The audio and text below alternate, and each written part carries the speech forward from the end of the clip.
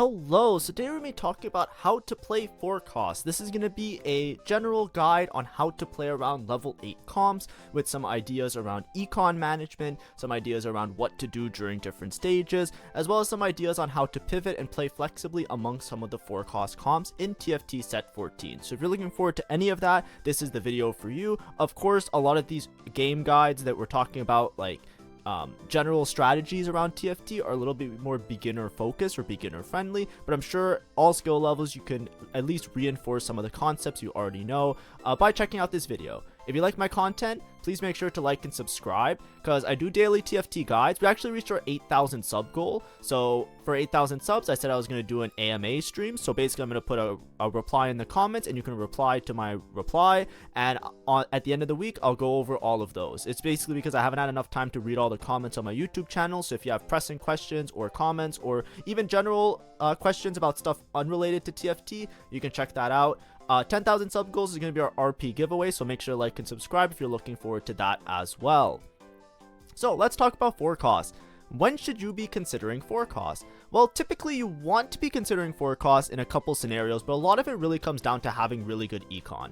Obviously, when you're playing around forecast, you're trying to make it to a point where you are like playing around expensive units that require you not only to buy and play the units, but also to level to a point where you're actually at have the ability to actually purchase those units, right? So a lot of times, good econ is the most important thing. Additionally, a strong opener can help in a lot of cases, just because having a strong opener usually puts you in a good spot to have a lot of econ, as well as a lot of HP that will put you in a good spot to be at that level 8 threshold when you're rolling for your forecast units. Ideally, you want to be level 8 at 4-2. So 4-2 is the big round where most of the boards get completed. It's also the big power spiking round. We talked a little bit about it on our econ guide yesterday, but basically level 8 is roughly speaking your best odds for forecast, besides, like, you know, going fast 9, which is a very sometimes food type of situation. So you want to be level 8, and you want, basically this is to roll for forecasts. Rolling for forecast at other levels is definitely not a good idea, or it's not really sustainable based on the odds that you have for hitting the units. You can roll at level 9, but that's like a thing where it's like only in certain spots. You're usually only going to be able to be level 8 at 4-2 and have enough gold to be like statistically likely to hit your completed board, so you actually have a good chance of top 4ing. So that's why we usually say level 8 4-2, and we'll talk a little bit about that later. You also want to be somewhat comfortable playing flexibly. Whenever you're playing around forecast, you're kind of postponing your game until a lot later in the stage, right? Like, it's not like reroll where you're deciding on stage 2 or stage 3 exactly what you're playing. On stage 4-2, it's very deep into the game, right? A lot of times people are dead around stage 5 to 6. So if you count the stages 1, 2, 3, 4, 5, 6, this is definitely in the later half of a TFT game. You can spend like 20 minutes playing TFT, and then you roll down on level 8. If you don't hit your board, it can be over very fast. The idea is that because you're loading a lot of your power spiking and a lot of your board completion and how you're going to play out your game is going to be loaded more towards the tail end of the TFT game, you want to have a little bit of flexibility, because you want to be able to stabilize in a panic situation, right? If you don't hit the exact units that you need, you don't hit the exact board that you want, you have to find a way to still salvage the game in a very little amount of time. So the flexible options are stuff that really matters a lot when you're playing around forecast, and it's also one of the more fun options if you're somebody who really enjoys that aspect of TFT. Additionally, you also have to have a decent understanding of managing resources. Same thing applies. You're playing towards a comp that you're going to be building your board much later in the game. It's not like you're playing around one cost where you see all the one costs and you know who your carry is, and you just like look at them and you roll for the same units and you put in your team planner. It's all good. You're playing around something much later in the game. That means you have to manage your HP, you have to manage your econ, you have to manage like when you're spiking on your different stages, you have to manage your stabilization, you have to know your pivot options, you have to know if you have a pivot option, or if somebody's pivoting into your comp, if they're contesting you. Like, these are all things that progressively will give you more and more dilemmas as the game goes on. So you have to be able to manage those resources in a meaningful way in order to actually realize the full potential of your particular comp. Additionally, you also have to think that units are cool and fun. In a lot of cases, also, I think my music is a little bit loud. Give me 1 second. Sorry, that one was a little bit loud. Yeah, the units are cool and fun, right? You want to have fun while you're playing TFT. If you're just playing the game, you're like, oh, this is such a bore, I hate this game, you know, then you better have a YouTube channel like I do, because then you really don't have a reason to play. TFT Success 101. So this is something I talk about in a lot of my PowerPoints and in a lot of my presentations. This is basically like a rough idea to do like a little checklist in your head on if you're having a good game of TFT.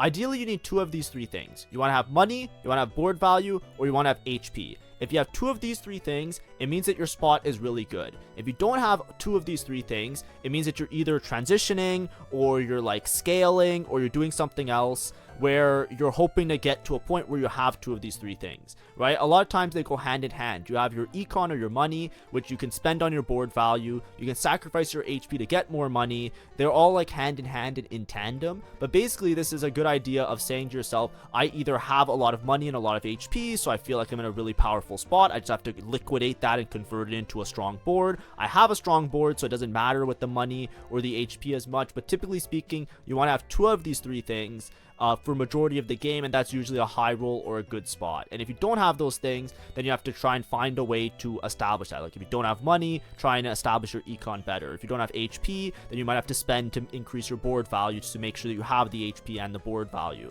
Stuff like that. You have to try and manage these throughout your game, and it matters a lot, especially with 4 costs. So why should you play 4 costs? We've been kind of yapping a little bit, talking a little bit about it. Hopefully it's been entertaining. I'm trying to, like, you know, be springy in my voice to make it less boring, because I don't have the little animation in the corner yet. Also, I've heard people talk about the talking dog. Just as a side note, it's coming back. It's just I'm really far behind on art, so all my drawing is going towards that. I have to draw a new one, basically, so I was going to redesign it, so it's just been postponed. I keep procrastinating on it. But anyways, why should you play around 4 costs? Usually 4 costs have a really high cap. The higher the cost a unit is in TFT, the more meaningful and powerful it is, right? The 5 costs, the legendaries are really powerful. 4 costs are right behind that. So in a lot of cases, having a 4 cost or an upgraded 4 cost is going to be very powerful, and it can also help you to cap really high because you're pushing levels, so you can have access to those 5 cost units, right? Think if you're rolling for 1 cost, you're not going to be finding a lot of 5 costs in your shop because you're going to be low level. When you're pushing levels and you have a board with more units on it, you have a higher potential to play more meaningful units, which will give you a very high cap. Additionally, flexibility. When you're playing around 4 costs, you're postponing some of the decision making until a little bit later, so you don't have to commit to something really early. You don't have to have a read on your exact spot and commit on stage 2 and kind of be like dead in the water at the start of the game. You have a lot of time to kind of bide your time and kind of see, okay, what am I hitting? What did I hit? What can I hit? Do I have pivot options? It gives you a lot more flexibility than just committing to a line and like re-rolling or playing around like early low cost units. Additionally, it ends up being the default option for that reason. A lot of times when you're playing around rerolls, you have to have a good reroll spot. You have to have either items for them early or copies of the units early. You can't just manifest a reroll line, because then you're just going to be forcing towards it, and then that's how it becomes really degenerate, and you're probably going to go bot 4 when you shouldn't, because you're just forcing a comp from a bad spot where it requires you to have certain early game resources in order to play around them. That's why 4 cost is usually the crux of TFT. Now, it's not something that's usually that beginner friendly, because like I said, there are some things like resource management that becomes a little bit more apparent, and flexibility and stuff like that could make it a little bit more difficult. But overall, as you start to improve at TFT, or if you're already at that stage, or if you really like to play around 4 cost, no matter where you fall on that spectrum of skill versus having fun, it's usually ends up being a default option, and that's usually when TFT metas are in its healthiest, is when people can default around 4 costs. Ideally, there's also flex play that's involved. I want to make this very clear. We're going to put it as a PSA at the beginning before we actually get into the guide portion. You're not flexing everything. I think people misunderstand what flex play means a lot. When I say play flexibly, I'm not saying you just get to pick whatever you want later in the game. No, that is not flex play. Flex play is committing to 1 or 2 lines instead of committing to just 1 line. It's that you give yourself 1 or 2 options. It's like playing poker when you have an out in poker, right? When you calculate your odds in poker of if you're winning the hand, you calculate how many outs you have. It's the same with like that when you're thinking about flex play. You're thinking about your outs. You're saying, this is the comp I want to play. What are my other options if I don't hit or I don't play around those comps? That is what flex play is supposed to be. It's not like, oh, I'll just make I'll just make a Warmogs and I'll play anything that I hit. It's like, no, that's not what we're talking about here. So I want that to be very clear, because I don't want to give you guys the wrong idea. You usually have to decide on your carry, like plan A, plan B, and then you revise your decisions as the game goes on. You should almost always, when you're playing around 4 costs, have at least 2 plans. Your plan A, when things go right. Your plan B, what do I do if things go wrong? And based on if they go right or if they go wrong, you can then decide and try and figure it out later. And that's what flex play is all about, which we're going to talk about a little bit more in this video. Ideally, when you're slamming items, you're trying to make items that make good use of components. We're going to talk about that a little bit later on. But the idea about making items a lot of the times is that you want to manage your items in such a way that you're not killing key components that work towards some of your main lines, like your plan A or your plan B. If you want to know more about items, I'm going to make a new version of this sometime this week. I'm just trying to figure out how I'm going to split it up, but I made a 4-part item guide for last set. It's still on a playlist on my channel and still meaningful. The units might look a little bit different, but everything in there is completely applicable to what it is now. But the ideas basically talk about item economy. That's like a big part of playing around 4 costs. So like I said, I'm going to redo this guide sometime later in this week to have a set 14 spin, especially for the new players that only played set 14. To make it a little bit more relevant. But this is what I mean by when you're talking about flex play. You want to make items that are meaningful, that don't get rid of key components, and make great use of the components that you're getting dropped in order to properly manage them. Just to show my own video, because I know I made it. Anyways, now we're going to talk about the 4 cost game plan. So we're going to go through each of the stages, and we're going to talk a little bit about each stage. During those portions, I'm also going to skip to a little screen over here where I'm going to try and illustrate some of the aspects of the stage as we go along, kind of simulating a gameplay scenario. So let's go through it.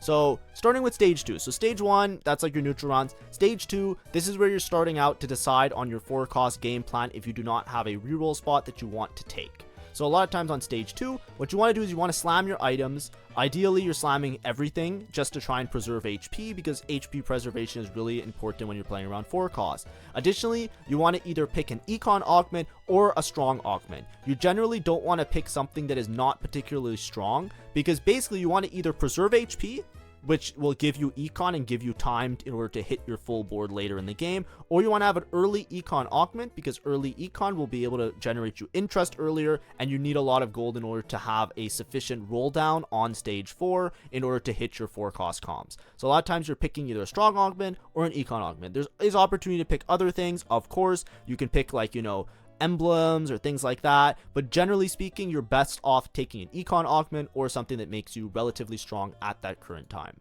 Ideally, you want to try and streak, so you want to have a strongest board possible so that you basically win as many rounds as possible to get that extra HP and extra gold, or you want to be weak just to make sure that you have a loss streak, then you can guarantee your items and have a successful win out a little bit later. Ideally, you want to prioritize econ, so that's making 10, making 20, making 30, because you need to establish your 50 gold bank in order to properly scale yourself into late game. Ideally, you want to be 40 gold at Krugs or higher, ideally higher, but usually at least 40 gold at Krugs. The way that you come around this number is that if you're playing around a 4 cost, you should be trying to make econ every single stage, or win streaking. Every single round. So, if you have 2-1, 2-2, 2-3, 2-4, 2-5, you should be able to make 10.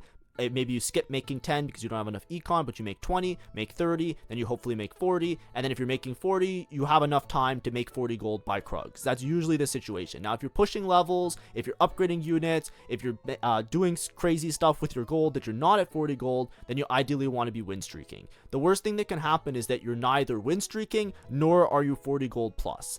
You need to be one of those two things. Now, of course, it could be a really broke ass game where you don't have a lot of gold at the start of the game, of course, so this isn't always the case, but this is the general rule of thumb that you're aiming for. If you're not aiming for this, you're not managing your econ well on stage 2, typically speaking. Okay, so when we talk about our early econ and early boards, usually when you're playing around 4 costs, a lot of times your early board has to be structured in such a way that it gives you some indication of what you're playing so that you can slam some items, right? A big aspect of playing TFT is called item holders. Sorry. item holders, right? So a lot of times when you're playing around different boards, you want to have a board that kind of alludes itself to a late game board. So for example, let's say we're talking about Vanguard Marksmans here. So this is Marksmans with Vanguards, pretty simple board to play, but a lot of times you want to have a board that kind of leans itself into it from its early game, because then you have an easier time transitioning to it when you get into the later aspects of the game. So for example, an early game board that works really well with Vanguard's Marksmans is something like this that plays around these 1-cost units. This is a really good indicator that maybe you can commit towards Vanguard's Marksmans, especially if you have Vanguard Marksman item. For example, Aphelios really likes to have a Rage Blade. So if you have a Rage Blade, which is a really good Kog'Maw item, you can play a board that looks like this. And if you high roll into a Skarner, you actually have a really strong board that will stabilize you on stage 2 into your late game. This is a really good, so a lot of times when you're building around these boards, you're looking for boards that lean themselves into, it kind of, you know, like Pokemon, you're kind of like playing the Evolution 1 of your Evolution 3 board, you know what I mean? Like, this is your Feraligatr, sorry, where is it? This, I can't find my thing. Vanguards, here, let me put it next to each other. Sorry, my tabs are all screwed up.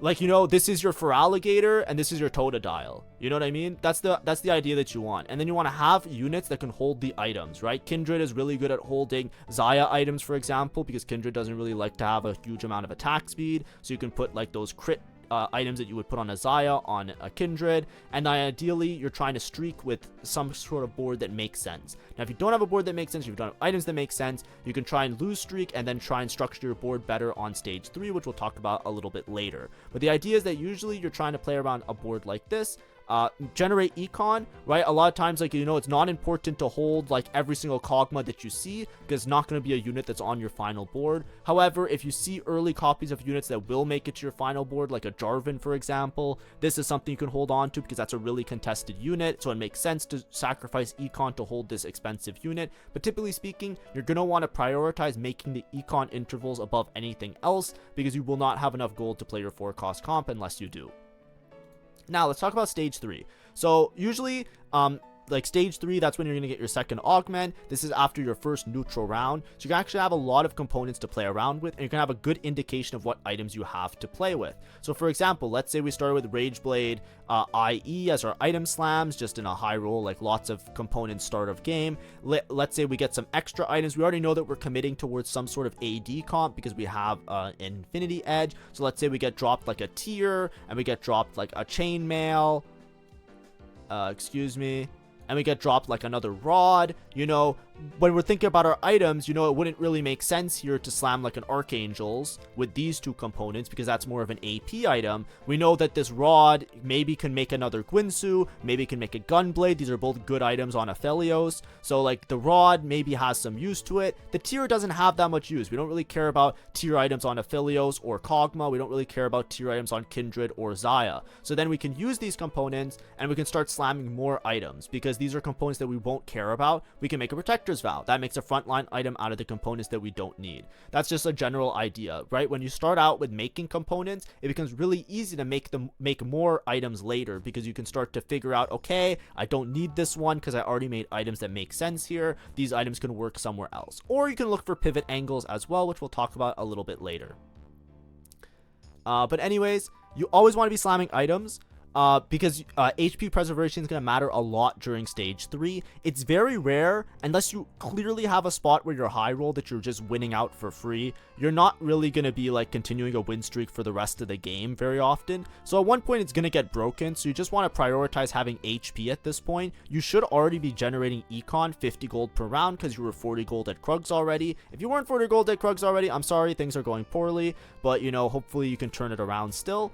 And then you want to finalize your decision, right? So like, let's say in this case it's very obvious like what items I made. Let's say I started by making a different Aphelios item that was really good, right? Let's say like I made Gunblade, for example, right? Gunblade is really good on Aphelios, but I'm going to bring up this example a little bit later, don't worry. But let's say I get dropped tier, and now I have a blue buff. Well, I could decide that, you know, even though I wanted to play around Vanguard Marksman, I could decide that maybe I'll play around Vex, because blue buff Gunblade is like a really good Vex set of items, right? It's stuff like that. Sometimes you'll make items, or sometimes, like, you know, maybe you don't have offensive components. You'll start the game off with, like, you know, defensive components. You'll like start the game off and make like a Sunfire, and you're thinking, oh, maybe I'll play Vanguard Marksman because that's my board, and then you get dropped like Rod, tier, rod, and you're like, oh shit, like I probably can't make Aphelios items, I'll just make an Archangels and play towards some AP line. That's what I mean by finalizing your decision. Now you have more components, you can look at that and see to yourself, does it work with my board, and slowly start to pivot out of whether option you were playing at the start of the game, because you don't have to commit to it so early. In that case, you're usually finalizing either AP or AD. When I say you're AP or AD, some boards have mixed amounts of damage. What I mean is your primary damage dealer, is it going to be an AP carry that's doing magic damage, or is it going to be an AD carry that is doing physical damage? This matters a lot because it matters for your utility items after. If you're playing mostly AD units, for example, you're going to want to make an Even Shroud eventually, or you're going to want to make a Last Whisper eventually. Right, if you're playing around AD, you want to try and reduce their armor to do more AD damage. If you're playing AP, then you want to be making the opposite. You want to be making Shred or Sundering. Sorry, Shred. The other one is Sundering. Armor reduction is Sundering. Magic resist reduction is Shred. So you want to be thinking about making these types of items, because these utility items are going to be really important for you later. And I talk a lot about that in my item guides as well, utility items with different respect to different comps, so you should make sure to check that out additionally if you so choose to.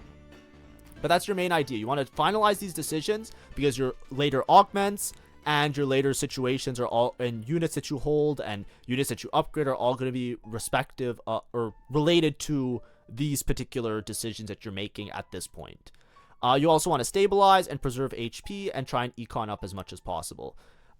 When you can, you also want to level. You're always playing around higher cost units, so pushing levels is actually really powerful because you can often just find an early copy of a 4 cost on level 7, or if you can make it to level 8 really early, you can even find some early copies of 4 cost that can help you have direction and understanding of what board that you're trying to play. The main thing to note is that you shouldn't be trying to break econ unless you really have to. A good rule of thumb is just look at the rest of your lobby. If the rest of your lobby is richer than you, then that's a problem. If the rest of your lobby is poorer than you, that might also be a problem. It means that you might not be spending your gold and you're sacrificing too much HP. Try and match what other people are doing. If your whole lobby is pushing levels and they're all level 7, then you might have to break interest to match them at their level 7 to make sure that you're not losing too much HP. A good rule of thumb is usually to try and match what other people are doing, unless it's like anomalies, right? Like unless somebody's like so insanely broken or so insanely high roll that they're so far ahead, don't go chasing like their dream, you know, try and play your own game at the same time. But that's like a good idea of like understanding like when you should make certain decisions. Ideally, at the end of stage 3, you're going to be level 7, 50 gold at Wolves. If you're not level 7, 50 gold at Wolves, things are going wrong and you're probably going to have a bad time playing 4 costs. These gold thresholds, some of it is like, you know, just like pulling a number out of a hat, but these are typical numbers that people generally refer to just because like there's odd calculations and just like general like variance calculations where these types of things kind of guarantee you to have like a good odds of hitting something. Obviously, the more gold, the better. The things that I'm presenting here are more like a worst case / minimum scenario. So if you're not 50 gold level 7, there's a good chance that you might have to commit towards, you know, a pivot angle of another reroll line, or pivot to like something else that maybe is cheaper. If you're playing an expensive 4 cost board, make sure to play something that maybe isn't as expensive or stabilizes more easily. These are things that matter a lot. So try your best. 50 plus gold at Wolves. If not, you have to manage your econ a little bit better in the next game. Now, stage 4. So stage 4, we kind of already talked about this a little bit, but stage 4 is going to be when you have your main initial roll down. So let's say we're already level 7. A good way to like strengthen this board is just to play more Vanguard. So a lot of times you end up with a board that looks something like this, right on level 6, and then level 7 you can fit in some extra synergies. You know, often you'll have like some random unit that's just holding items. Let's say it's a Jinx in this case, and let's say Jinx is holding our Aphelios items that we made because we managed our item economy really well. So we have these items, and let's say we still have our IE from before, so we have it on the Kindred, and our board looks something like this. A lot of times, like, your board might look something like this. Ideally, you're holding on to units that are going to make it onto your final board. So Kindred and Jinx are units, for example, that might make it onto this final Vanguard board, if that's the example that we're going with. So now we're at the start of stage 4, and we have a big decision that we have to decide. The big decision is this: 4-1 or 4-2, right? So I like, usually people talk about fast 8, whatever. In my opinion, in the past, people called 4-1 a fast 8 and 4-2 was called a default. I don't know, at one point in last set or like 2 sets ago, everybody decided to start calling it something different. I don't know what you guys refer to it as, but 4-2 is the default when you level if you're playing around a 4-cost comp, right? So you want to be level 8 at 4-2. The reason level 8 at 4-2 is a good idea is because 4-2 is what is called a perfect interval. What that means is that the EXP is divisible by 4 perfectly. So because the EXP is divisible by 4, you buy EXP in chunks of 4. So that means you'll be 4-2 with no spillover. So your gold will be perfectly spilled over, and it optimizes to just give you a better chance of having extra gold for rolling or extra gold for making econ thresholds. So this is what's really important. Now, I'm giving you a bare minimum. This is a bare minimum. If you do not reach this bare minimum, then you are in a horrible spot and you are definitely going bot 4. You want to be level 8 with at least 30 gold. Now, realistically, in the current landscape of the game, like in the current meta, in set 14, I would recommend you have double that. I would say if you don't have 60 gold to roll down, you are in a bad spot because there is a lot of econ inflation in the current set just because like a lot of the hacks give you gold, right? If you have a hacked augment, it gives you extra gold. If you have like a hacked orb, it often gives you extra gold. There's a lot of times where you're having extra gold in the lobby. There's those things where it's like, hey, you know, do you want to split the pod or push the pod, right? All that shit gives you extra gold. So if you're not at 60 gold, you're probably behind the lobby tempo. Most people are going to be like closer to 50 or 60 gold on either 4-1 or 4-2. Now the main decision is 4-2 we just talked about. This is the default, this is the perfect level interval. 4-1 is inefficient, right? Because it's not perfect, right?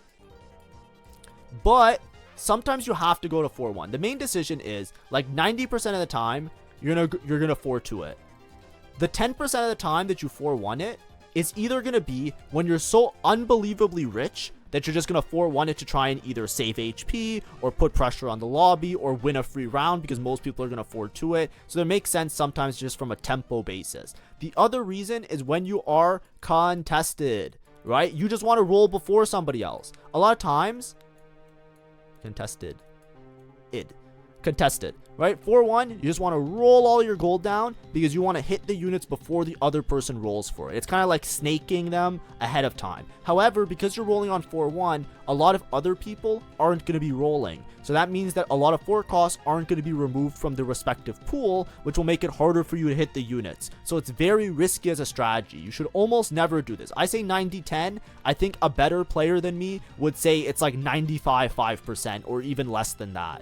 I just think that, you know, while you're ranking up, a lot of times, I'm sure you guys have majority of your games feeling very contested, especially if you're in like Emerald or Diamond, in my opinion, where a lot of people are just forcing the same strong comps, right? So a lot of times it becomes more common that you 4-1 it. But that's the main reason you do it, is when you're contested. You don't want to do it otherwise. If you're not contested, you want to roll with everybody else. Ideally, if you are very like in a good spot and you just have a lot of HP, rolling later, the later you roll, the higher your odds are of hitting your board, because if everybody else buys the other units, right? If you're uncontested, if everybody buys all the other units, then you'll have a really good chance to hit the units that you want to hit, because they'll be the ones that are left over. When you roll down, like right here, I actually corrected myself here, right? So I said at least 30 plus gold. Here I said 50 plus gold. Okay, so I put in the slideshow, so I was confused why I said 30 gold here. I think I'm just like legacy stuff.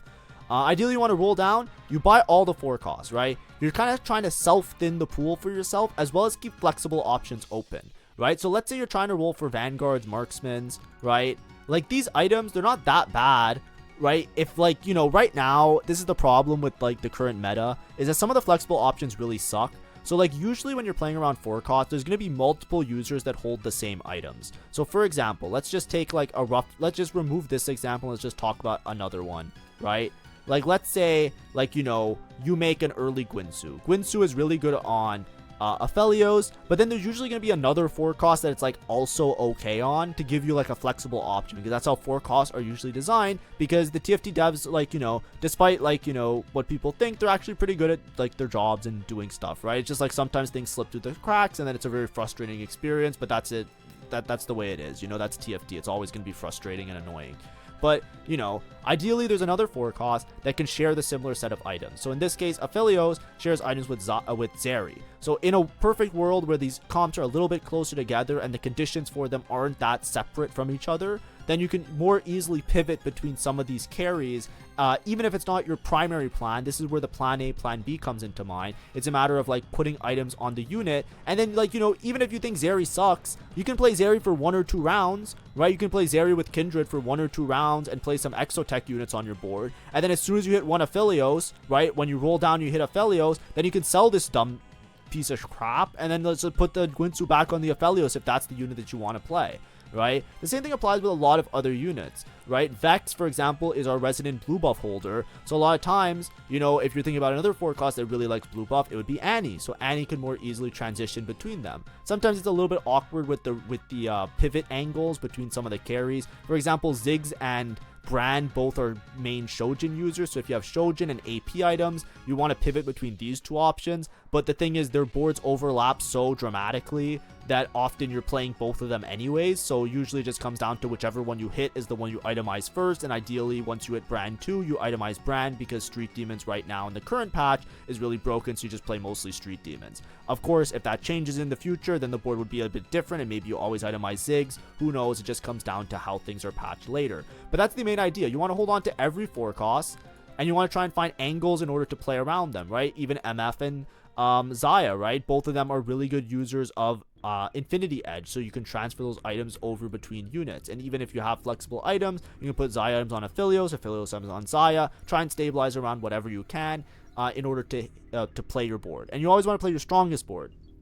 Now, of course, if you're very narrow, if you're playing very narrow, if you have augments that really support only one particular style of comp, you definitely have to hit those units. But you want to buy all the 4 costs, thin out the pool, find units to play on your board, stabilize your board, upgrade your board, and then if you really need to, you can pivot it later. Rebuild econ, you can continue to roll if you're losing. Obviously, you don't have much time to stabilize your board because it's stage 4 already, so you want to be rolling really aggressively if you are losing rounds. You want to be stable. Stable means that you're not winning every single round, but you've been winning most of the rounds. At least 50-50. You don't want to be just like bleeding out, losing every single round, because then you are not stable and you're free falling into a bot 4. You want to make sure that you're rolling if you're losing the game, and you also want to roll if you have unit pairs. So a lot of times when you're using your gold, we talked about this with econ management, but let's say you have like 1 Aphelios, right? Rolling gold here isn't gonna matter that much because, like, you know, let's think about it, right? If you're rolling for just Aphelios, what are the odds that when you roll your shop, you're gonna see 2 Aphelios in the same shop and you're gonna have Aphelios 2-star? That's like just hoping for a bailout. A lot of times, you usually roll more aggressively if you have a unit pair. Ideally, if you have multiple unit pairs, so let's say you have Aphelios and, what's her name? Leona on your board. If you're paired on Aphelios and Leona, then every single turn you should be rolling to 0 gold, because there's a good chance that you're going to hit either one of them in order to upgrade them, excuse me. The main idea behind TFT and rolling is that you want to make sure that you're rolling really aggressively when you're paired on your units, because spiking with either one of these is extremely powerful. If you're not paired on units, often you could try and rebuild your econ a little bit so long as you're stable, and then roll with more gold later instead of just griefing your econ regularly. That's like the main idea. Finally, I think I messed up this slide, so it's just all in one slide, so we'll just read through it. Next is stage 5. So this is when you fight the dragon, and later on, after your stage 4, you're basically gonna have all your upgrades. This is after you fight your raptors, and then you're going towards fighting the dragon. Basically, when you're stage 5, you want to be looking for all of your upgrades. This is where you primarily decide if it's worth it to go level 9. If you high roll and you hit all of your upgrades on stage 4, then by all means, go level 9 because you have nothing to go for. Here, a lot of times you have to decide, are you playing for placements? Does that mean that, like, you look around, do you have a chance to win the game? If your spot is looking bad and you don't have a lot of HP, you don't have a lot of potential to go level 9. So then what you want to do is you just want to roll down your gold, find all your upgrades, and then worry about greeting a little bit later. Additionally, you want to roll hard if you're likely to bot 4, because you're just trying to salvage the game. greeting is something that a lot of people do without really thinking about it. They're just like, oh, I'll just go 9 now. I have my units. It's like you have to look at your board respective to other people's boards. If other people have win conditions, right? Let's say somebody has 2 Street Demon emblems and they're going to be 10 Street Demon. You know that you're not going to win the fucking game, right? Like, let's be real here. You're not going to fucking win. Like, you got to roll, right? That's what I mean. When you're looking at your spot, you have to look at your HP. You have to look at other people's boards. You have to look at what units you have to upgrade. And based on those aspects, then you decide, can I greed to go level 9? Because the whole point of like pushing levels is the same reason you play 4 cost. You want to have access to more units on your board. You want to have access to higher cost units that have really powerful abilities. But if you don't have upgrades, you can't just like forego those upgrades without properly looking at other people's boards. This is something that I see a lot. A lot of times everybody just like this is why I say a lot of the time, like, you can't just start the game at stage 2 and say, I'm gonna go fast 9. It's like, this is the part where you decide it. It's usually stage 5, end of stage 4, beginning of stage 5. You look at your board, you look at everybody else's board, and you say to yourself, can I reasonably make it to level 9 here? And if I do, what am I gonna do? How much stronger does it make me? Does it make me stronger? That's when you decide if you can go level 9. So this is the last major decision you have for your game, and it usually decides on your final placement. A lot of times if you can greed your gold, so if you just don't roll, hold your gold, try and roll as late as possible, that's usually your win condition to try and hit your really expensive units and hit your really expensive board. Ideally you want to be, sorry, I said 3 lives, I meant to put 2 lives here. Ideally you want to be 2 lives at all point. That means that you want to be around 20 HP. You want to be able to take a hit from somebody's board and not die, because if you are 1 life, then you have the chance to react and fix your board. TFT is really hard to judge sometimes, and sometimes there's a lot of random aspects of fights. You don't want to just like be like, you know, fighting 1 guy or 2 guys and it's a 50-50 which one you fight, and you're wrong side on one of the fights, or you're positioned poorly for 1 guy but you're positioned well for the other guy.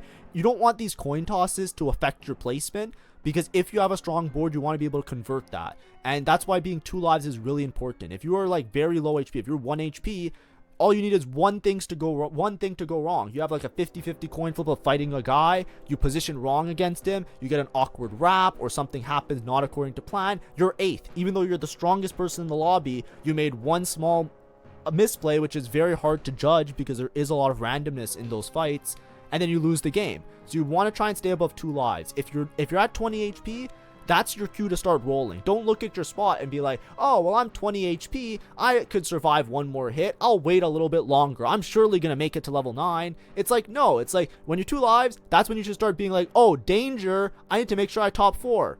Guarantee your top 4 first. That's what I would always recommend to people when you're playing it. And that's when you decide, usually on stage 5. So that's usually the idea. Pivoting, right? You always have to be prepared to stabilize around your hit. You have to have a plan A and a plan B. So don't just sit without a board. Oh, I think I messed up. These whole slides are messed up. I apologize. But basically with pivoting, you have 3 main ideas, right? A lot of times you're pivoting around your units, you're pivoting with items, or you're pivoting within lines. So for example, we talked a little bit about pivoting with items, but there are multiple forecasts typically that you can transition items to and from different carries in different ways. So there's a lot of lines like, you know, around Aphelios and Xayah. A lot of the damage items can work on both of them, right? Even though it's not like perfect BIS items, right? Like, I don't give a fuck, and you shouldn't either, right? If you have a Xayah 2 and an Aphelios 1, guess who you're itemizing? You're itemizing the Xayah. So you're going to put your IE on the Xayah. Let's say you have Aphelios 2 and you have Xayah 1. Guess what? You're putting the item on the Aphelios. This is like within a line, kind of like angling which one of your carries is going to be itemized first, because we're talking about like the Vanguard Marksman line. But there are options, like I was saying before, usually with 4 costs, that you can pivot between different carries.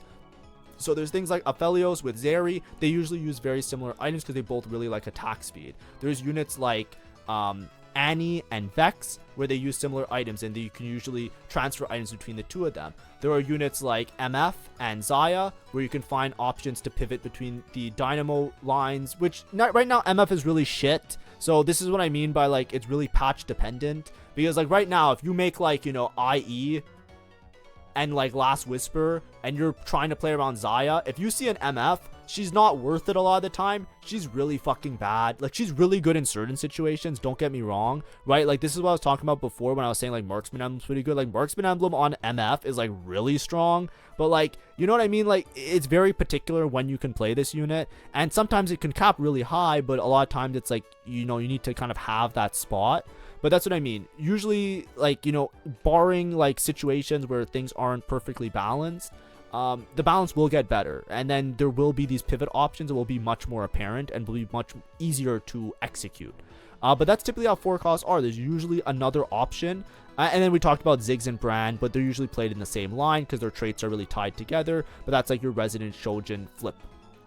There's also pivot angles between units based on the items. So for example, I gave the example before, this is actually a pivot that I do really often, but it's a very difficult pivot to see and a difficult pivot to do. But I actually liken, if I feel like I have a spot for Vex, I usually make Gunblade first a lot of the times.